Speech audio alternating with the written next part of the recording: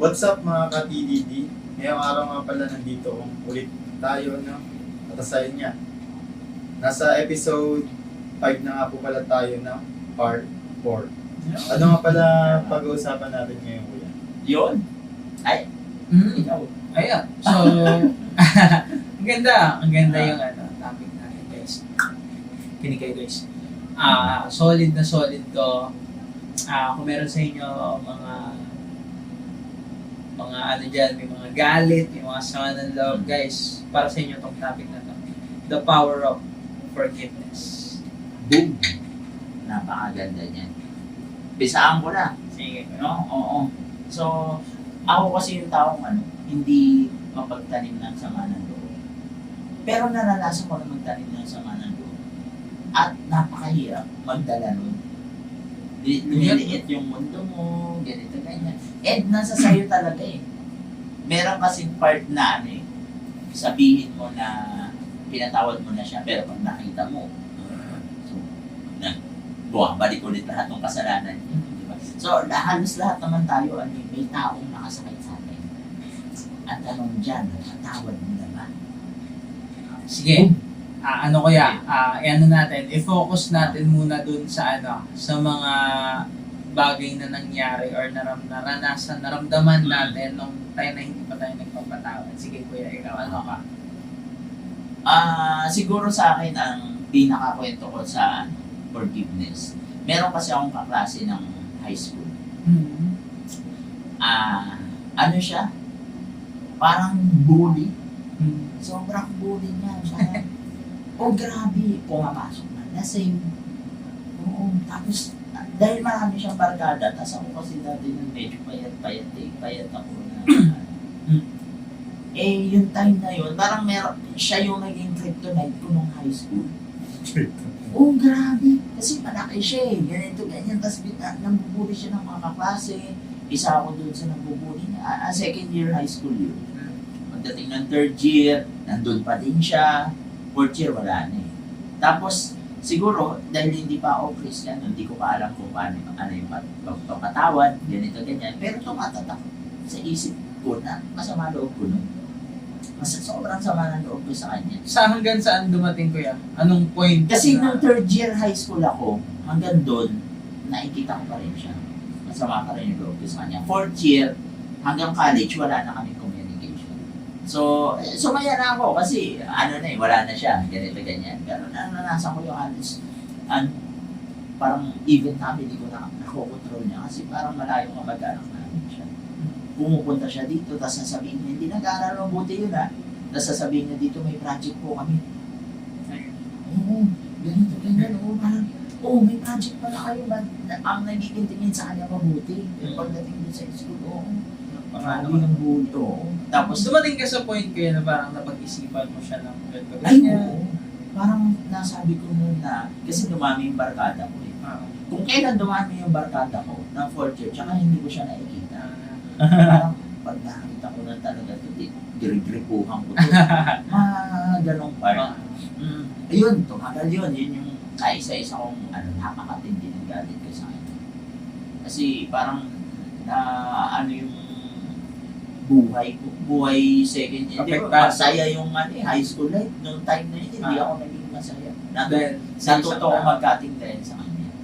Kasi ayokong pumasok, ayoko siya makita. Ganito, ganyan. Kung ano lang yung mangyari, ganyan, ganyan. Yun, tumagal. College, wala na, okay na. Naging, ako, Kristiyano. Mga 23 years old. So high school ako, mga 13, 14, ganyan. So mga almost 10 years hindi kami nagkita. Naging Christian ako, nag-church. Pinakamatinda nun. Nagkita kami sa church. Umattend siya dun. Medyo malaki na ako. Kasi nagtatrabaho ako eh. Mabigat yung trabaho ko. Nasakita ko siya. Ayan. Parang yung kamao ko gustong mag-hello. Sakto sa mukha. Yung isang buo. Parang gusto mong apiran sa pisngi, gano'n. Oo. Ganon. Pero grabe si Lord. Nung time na yun, birahin mo na niya yung buhay high school ko. Nung nakita ko siya, wala akong nararamdaman na galit sa kanya. Hindi ko alam kung anong nangyari sa akin. Pero yun, sobrang galit ko na. Basta nung dumating siya sa church, ako pa yung kumausap sa kanya. Alam mo yung naramdaman ko sa kanya na may problema siya. Ang ginawa ko sa kanya, kinausap ko siya. Ganito, ganyan. At ang matindi nun, nag-sorry siya sa akin. Grabe. Kaya totoo yun si Lord yung maghihiganti sa'yo. Magpatawad ka lang, si Lord ng bahala. Ganun yung nangyari. Sabi ko, nakwento ko yun sa ibang mga taga-church noong time na yun. Sabi ko, yun yung sa buhay. Sumira nung high school life. Muntik na akong hindi makagraduate dahil sa kanya kasi hindi na ako pumapasok dahil sa kanya. Pagdating dito sa loob ng church, wala akong niyakap ko pa. Tapos sorry siya. Pero yun mo yun, wala akong ginawa. Si Lord na ang kumilos. Nag-sorry siya sa lahat ng walang problema yun. Kung yung dati ko lang, mas maliit na, dati, mas malaki siya ngayon, no? Tapos sasaliit ako ngayon, mas malaki. Salain niya ako. Parang na-stack up siya sa gano'n. Tapos ako, sabi ko parang anytime yun. Pero pagdating doon, iyak siya. Ginawa ko, ako yung nag-counsel sa kanya, na ko yung problema niya, ganito yun. Medyo naging miserable nga yung buhay niya. Kaedad mo siya, kuya? Kaedad ko. Naging miserable yung buhay niya. Eh ako, Christian na yun. Okay. Yun yung isa sa ano. Ang hirap magdala ng hindi ka napapatawad. Ang bigat mo, parang meron kang bola na nakatali, na bolang bakal na nakatali sa paa mo pagka meron kang taong hindi pinapatawad. Parang anytime na makita mo siya, babalik lahat ng sakit, lahat ng memories kung bakit hindi mo siya mapatawad. Kaya pinaka mahalaga nun, mahirap man. Sabi nga nila, ang unang magpatawad siyang panalo. Napakahalaga nun. Hindi lang yung, okay, pinatawad na kita pero huwag kang magpapakita sa akin. Hindi ganun. Tunay yung pagpapatawad talaga, which is totally ubos. Wala. Makita mo siya, okay na kayo, paramdam mo yung love mo sa kanya. Kumbaga, love na yung mararamdaman niyo pag Love na. Ikaw, Tol. Sa akin, naranasan ko yan, kuya. Sama na talaga, gano'n. Naranasan ko siya sa old church yan. Tapos,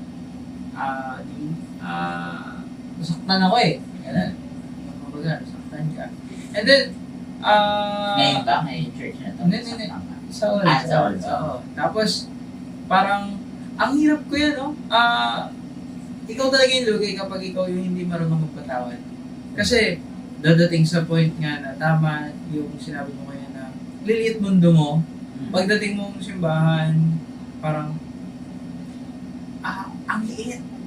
Yung kilos mo, pakiramdam mo, alam mo yun, lalo pag may tao kang kagalit sa loob ng simbahan, limitado kilos mo. Limitado yung kilos mo, hindi ka nagiging totoo sa sarili mo, parang plastic mo, yung mga ginagawa mo, ganun kahirap pagka meron kang taong hindi mapatapatawad. Tapos, dumating sa point na ayaw mo na lang magsimba. Kasi sisirain ka dun eh. Pagka kasi hindi ka nagpatawad, dun na papasok yung gawarin ng kaaway na parang, alis ka na lang.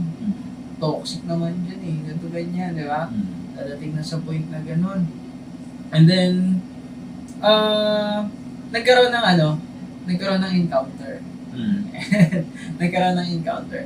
And doon ko nakita yung doon ko naranasan na si Lord niya parang si Lord niya. Parang in-evaluate ko yung sarili ko.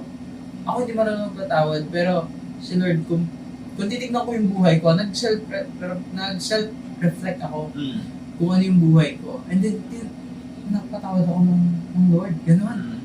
So, sa word ko, bakit ako hindi ko kaya magpatawad? Ano ba yung problema? And then,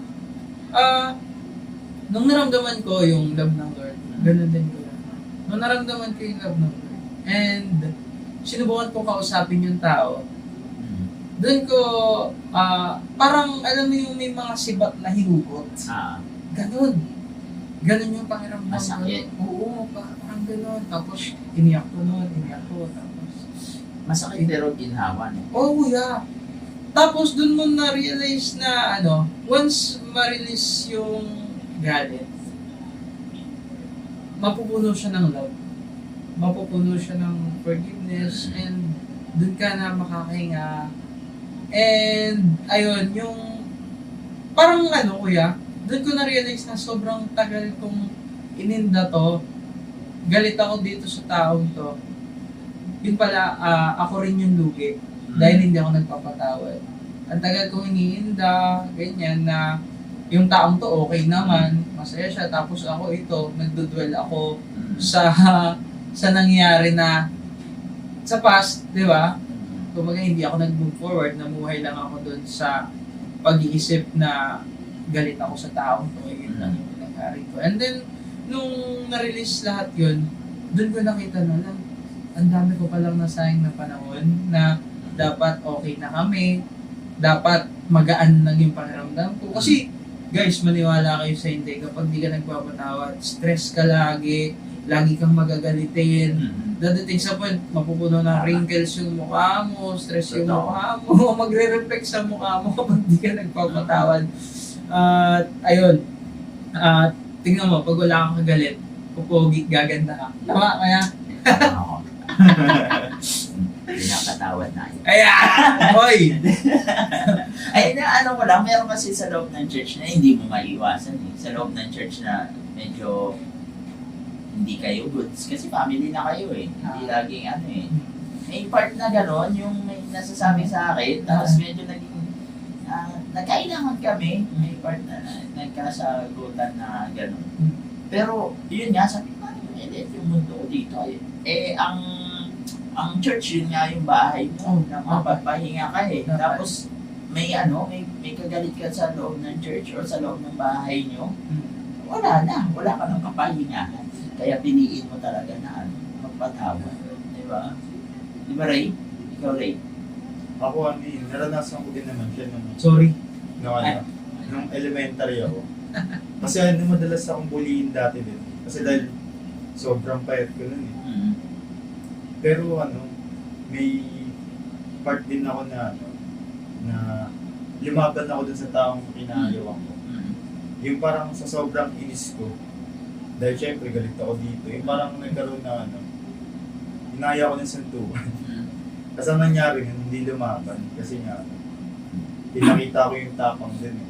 Pero yun niya talaga mabilis maging irritable yung buhay mo kapag may kagalit ka. Tapos parang dun pumasok sa akin yung parang hindi ka mabuli, kailangan matapang ka. Kaya yung mga nang bubuli sa akin, yung medyo lumaki niya ako, yung talagang ng high school. Pagka may kagalit ako, inaaya ko agad na suntukan. Oo, ganun. Tapos parang, nung mga nitong nagdaan lang, dahil nag-gym ako, nakita ko sila sa gym. Mas malaki na katawan sa akin. Tapos parang ngayon nga lumaban. Tapos nung nagkita-kita Bigla kami mong pinatawad. Pinapatawad na kita kahit wala siya kasalanan. Then nangyari nun? Pinakilala niya ako dun sa mga kaibigan niya na, yung na to ito yung nabubuli sa akin dati. Sabi niya sa akin, hindi niyo na ako bullying. Ganyan niya ako sa gym. Pero syempre, pabiro lang. Parang, bago na matapos yung year na yun, nung high school kami, magkakaibigan kami. Parang nung dating binubuli ko, nakita ko mas malaki na katawan sa akin. Parang, ito pala yung taong binubuli ko. Yung parang tsaka masaya din sa pakiramdam na yung mga taong kagalit natin, mapatawad natin. Tsaka parang hindi limit din yung mundo natin katulad yung sabi nila.